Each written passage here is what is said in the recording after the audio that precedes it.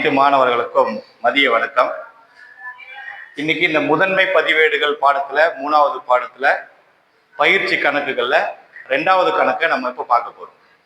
சமன்பாடு தீர்த்தல். இந்த தலைப்புல ஒரு 5 மார்க் கணக்கு பப்ளிக்ல கேட்கறதுக்கான வாய்ப்பு நிறைய இருக்கு. போன பப்ளிக்ல கூட இந்த பகுதியிலிருந்து ஒரு கணக்கு நமக்கு கேட்டிருந்தாங்க. ஸோ நீங்க இதை கொஞ்சம் உஷாரா உன்னிப்பா கவனிச்சா உங்களுக்கு நல்லதா இருக்கும், ஈஸியா புரியும். ஸோ நம்ம பார்க்குற தலைப்பு பார்த்தீங்கன்னா சமன்பாடு தீர்த்தல். சமன்பாடு தீர்த்தல்.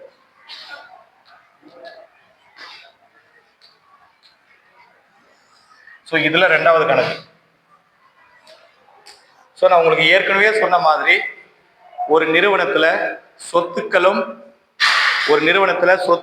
பொறுப்புகளும் எப்பவுமே சமமா இருக்கும். ஒரு நிறுவனத்துல சொத்துக்களும் பொறுப்புகளும் எப்பொழுதுமே சமமாக இருக்கும். அந்த ஈக்குவேஷன் நம்ம எழுதிக்கலாம். சொத்துக்கள் ஈக்குவல் டு பொறுப்புகள். ஸோ ஒரு நிறுவனத்தினுடைய சொத்துக்கள் 1 லட்சம் அப்படின்னாக்கா அந்த நிறுவனத்தினுடைய பொறுப்புகளும் 1 லட்சமா இருக்கும். சரியா? இப்போ இந்த 2வது கணக்குல என்ன சொல்றாங்கன்னா, பின்வரும் நடவடிக்கைகளின் கணக்கியல் சமன்பாட்டு விளைவுகளை பதிவிட்டு காட்டுக அப்படின்னு கேட்கிறாங்க. அதுல ராஜ் ரூபாய் 30,000 ரொக்கத்துடன் வணிகத்தை தொடங்கினார். ஸோ எவ்வளவு முதல் வச்சு வியாபாரத்தை தொடங்குறாரு ராஜுங்கிறவரு? 40,000 ரூபாயை முதல் வச்சு ராஜுங்கிறவரு அந்த தொழிலை தொடங்குறாரு. ஸோ இப்ப 40,000 தொழிலுக்குள்ள வருது. கரெக்ட் தானே? அப்ப என்ன பண்ணுனா 40,000 ரொக்கம் தொழில் தொடங்கியது. தொழில்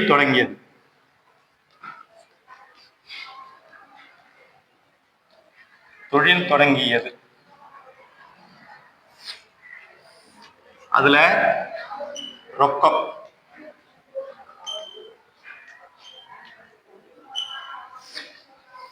ரொக்கம் 40,000 ரூபாய் உள்ள வருது. எவ்வளவு உள்ள வருது? ரொக்கம் 40,000 ரூபாய் ரொக்கம் உள்ள வருது.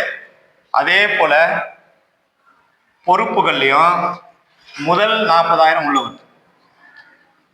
முதல்லயும் 40,000 உள்ள வருது. சரியா? 40,000 முதல் போட்டிருக்கிறாரு. அந்த 40,000 இப்போ கையில ரொக்கமா இருக்கு. அதுதான் இதுக்கு அர்த்தம். ஓகேவா? அடுத்தது பாத்தீங்கன்னா என்ன சொல்றாங்கன்னா, ரூபாய் 30,000 வைப்பு தொகையுடன் வங்கியில் கணக்கை ஆரம்பித்தார். ஸோ இந்த 40,000 ரூபாயில 30,000 ரூபாய் கொண்டு போயிட்டு பேங்க்ல அக்கௌண்ட் ஓபன் பண்ணிட்டார். அக்கௌண்ட்ல பணத்தை போட்டார். அப்ப இந்த கையில இருக்கிற 40,000த்துல 30,000 குறைஞ்சிடுமா? குறைஞ்சிடும் தானே? அப்போ கையில இருக்கிற 40,000த்துல 30,000 ரூபாய் கொண்டு போய் பேங்க்ல போட்டாரு, அக்கௌண்ட் ஆரம்பிச்சு. அப்போ கையில இருக்கிற 40,000த்துல 30,000 குறையும், பேங்க்ல 30,000 கூடும். கையில இருக்கிற பணம் குறையும், பேங்க்ல இருக்கிற பணம் கூடும். ஸோ கையில இருக்கிற பணம் குறையும், பேங்க்ல இருக்கிற பணம் கூடும். வங்கியில் கணக்கு ஆரம்பித்தது. வங்கியில் செலுத்தியது. எவ்வளவு கொண்டு போய் போட்டாரு? 30,000 ரூபாய் மைனஸ் பண்ணிடணும். அதுல இருந்து கையில இருக்கிற காசுல 30,000 மைனஸ் பண்ணிட்டு பேங்க்ல இருக்கிற காசுல 30,000 கூட்டிக்கணும். கையில இருக்கிற பணம் இப்ப பேங்க்குக்கு போயிடுச்சு. சரிதானே? போட்ட முதல் 40,000 அப்படியே தான் இருக்கும். இப்போ இதை நம்ம தீர்த்துன்னு வச்சுக்க. கையில எவ்வளவு பணம் இருக்குப்பா? 10,000 இருக்கும் கையில. பேங்க்ல எவ்வளவு இருக்கும்? 30,000 இருக்கும். போட்ட முதல் அப்படியே 40,000 அப்படியே இருக்கும். இது புரிஞ்சுச்சா? அடுத்தது என்ன சொல்றாங்கன்னா, ஹரி என்பவரிடமிருந்து ரூபாய் 12,000க்கு கடனுக்கு சரக்கு வாங்கப்பட்டதுன்றான். ஹரி கிட்ட போறோம், அவங்ககிட்ட கடன் சொல்லிட்டு ஒரு 12,000 ரூபாய் மதிப்பு இருக்கிற சரக்கை கடன்ல வாங்கிட்டு வந்துட்டோம். இப்ப கையில இருக்கிற காசு வெளியே போமா? கையில இருக்கிற காசு குறையுமா? பேங்க்ல இருக்கிற காசு குறையுமா? குறையாது. காசே குறையாது. ஆனா நம்ம கிட்ட பொருள் மட்டும் வரும், கடன் அதிகரிச்சிடும். கரெக்ட் தானே? இப்ப அப்படின்னாக்கா பொருள் நம்ம கிட்ட கூடுதுனாக்கா சரக்கிருப்பு.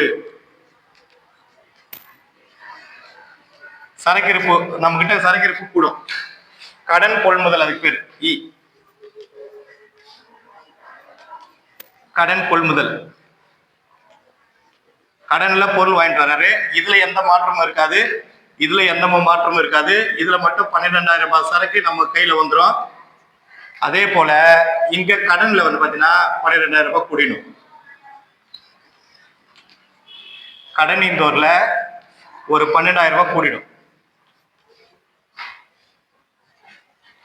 ஓகேவா? புரியுதா? அது கடன் சொல்லிட்டு பொருள் வாங்கிட்டு வந்தோம், பொருள் உள்ள வந்துடுச்சு. அதே போல பொறுப்பும் அதிகரிச்சிருச்சு. இப்ப மறுபடியும் நம்ம டேலி பண்ணோம்னா கையில காசு 10,000 அப்படியே தான் இருக்கு. அது நம்ம செலவே பண்ணல.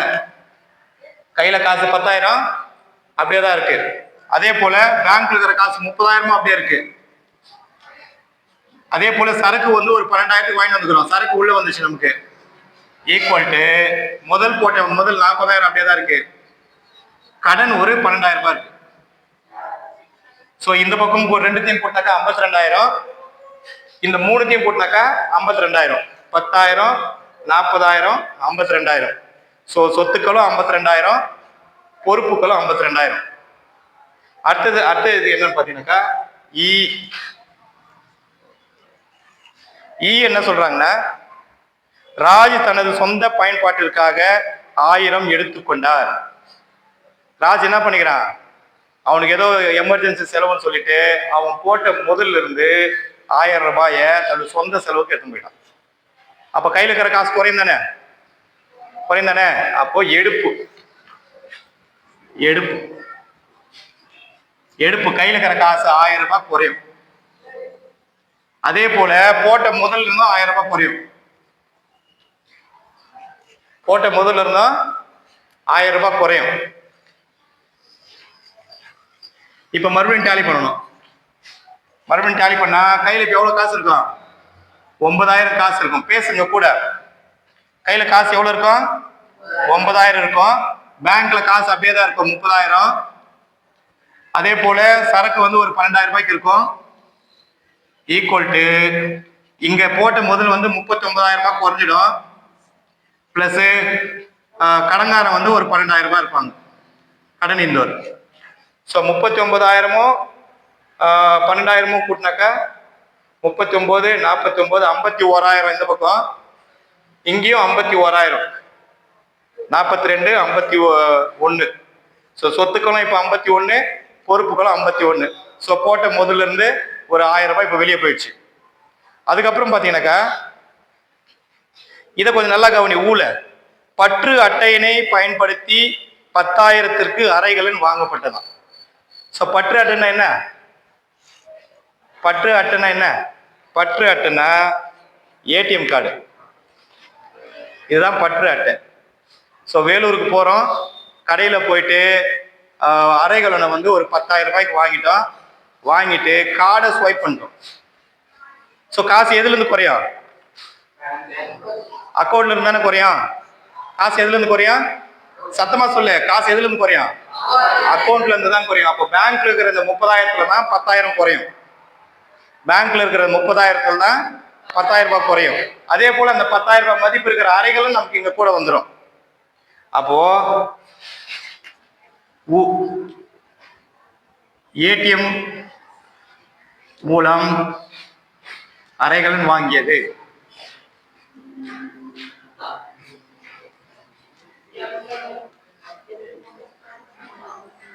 ஏடிஎம் கார்டு மூலியமா யூஸ் பண்ணி அறைகளை வாங்குறோம். அப்போ கையில் இருக்கிற காசு அப்படியே தான் இருக்கும், பேங்க்ல இருக்கிற காசு மட்டும் 10,000 குறையும். அதே போல இந்த சரக்கிருப்பு அப்படியே தான் இருக்கும். இங்க புதுசா அறைகள்னு ஒன்று ஓபன் பண்ணும். அறைகள்னு புதுசா இங்க ஓபன் பண்ணி அந்த 10,000 இங்க கூட்டிடும். ஸோ இந்த பேங்க்ல இருக்கிற இந்த 10,000 ரூபாய் காசானது இப்ப நம்ம கம்பெனில அறைகள்னா 10,000 வந்துச்சு. கரெக்டா? பேங்க்ல இருக்கிற 10,000 குறைஞ்சிச்சு, அறைகள்ல 10,000 கூடிடுச்சு. இப்ப மறுபடியும் டேலி பண்ணணும்.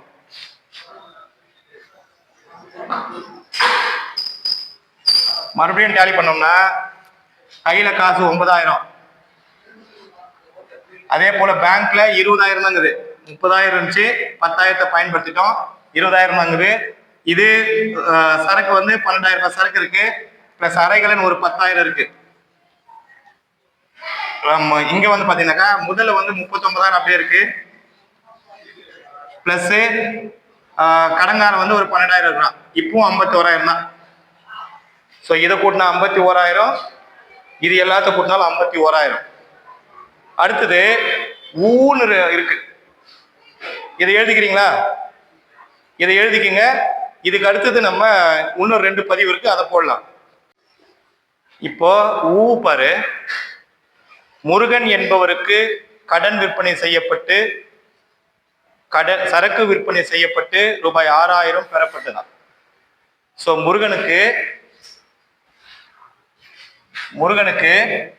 சரக்கு வித்துருக்குறோம், அவன் நமக்கு 6,000 ரூபாய் கொடுத்துருக்குறான். 6,000 ரூபாய் என்ன இருக்குது இப்போ நமக்கு, அவன் கொடுத்துருக்குறான். நம்ம அந்த 6,000 பணமா தான் கொடுத்துருக்குறான்.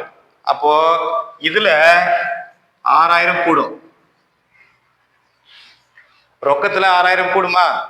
முருகன் நம்ம கிட்ட இருந்து சரக்கு வாங்கி போனா, முருகன் 6,000 ரூபாய் மதிப்பு இருக்கிற சரக்கு நம்ம வாங்கி போனா, பணம் கொடுத்துருக்குறான். அப்ப அந்த பணம் எங்க சேரும்? பணத்தோடு தான் சேரும். ஸோ ஏற்கனவே 9,000 ரூபாய் கையில பணம் இருக்கு, அது கூட இப்போ 6,000 கூடுது. பேங்க்ல இருக்கிற 20,000 அப்படியே தான் இருக்கும். இந்த சரக்கு 12,000 ரூபாய் மதிப்பு இருக்கிற சரக்குல தான் 6,000 ரூபாய் மதிப்பு இருக்கிற சரக்கு நம்ம வைத்திருக்கிறோம். புரியுதா? சோ நம்ம கையில இருக்கிற இந்த சரக்கு தான் நம்ம வைத்திருக்கிறோம். அதுக்கப்புறம் வந்து அறைகள்னு அப்படியே தான் இருக்கும். முதல்ல எந்த மாற்றம் இருக்காது, கடன் இருந்தவரை எந்த மாற்றமும் இருக்காது. கரெக்டா? இப்ப நம்ம மறுபடியும் டேலி பண்ணுவோம்.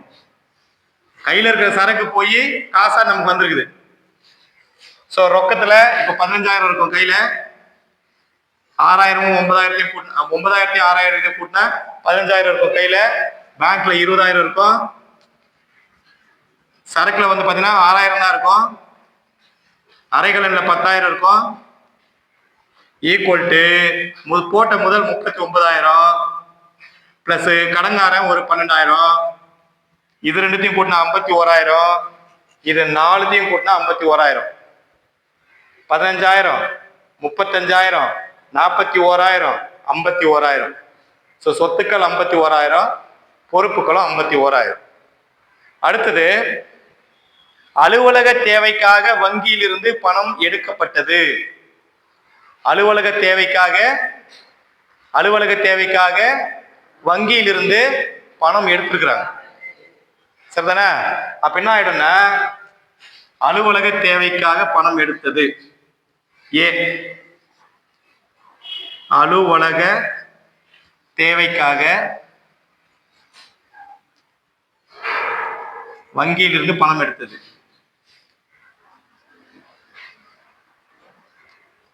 வங்கியிலிருந்து பணம் எடுத்தது.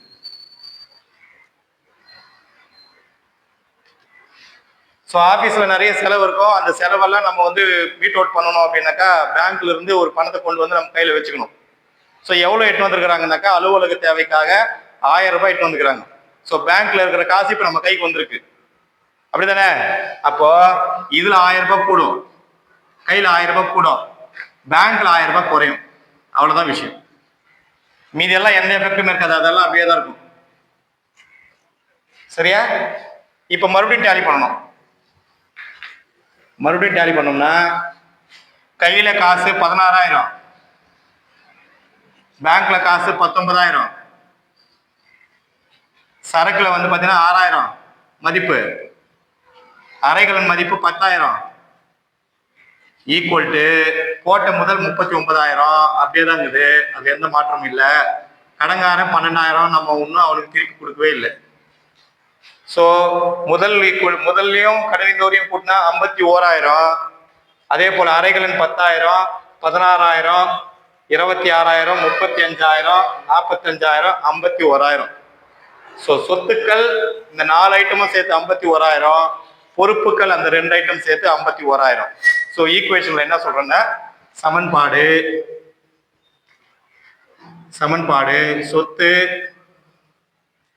சொத்து ஈக்குவல் டு பொறுப்பு.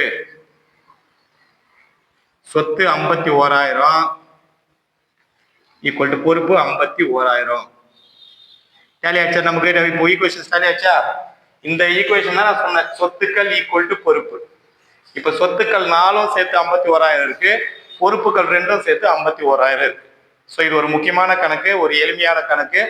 சமன்பாடு தீர்த்தல்ன்ற பகுதியில பரீட்சையில 5 மார்க்ல கேட்பாங்க. எழுதிக்க.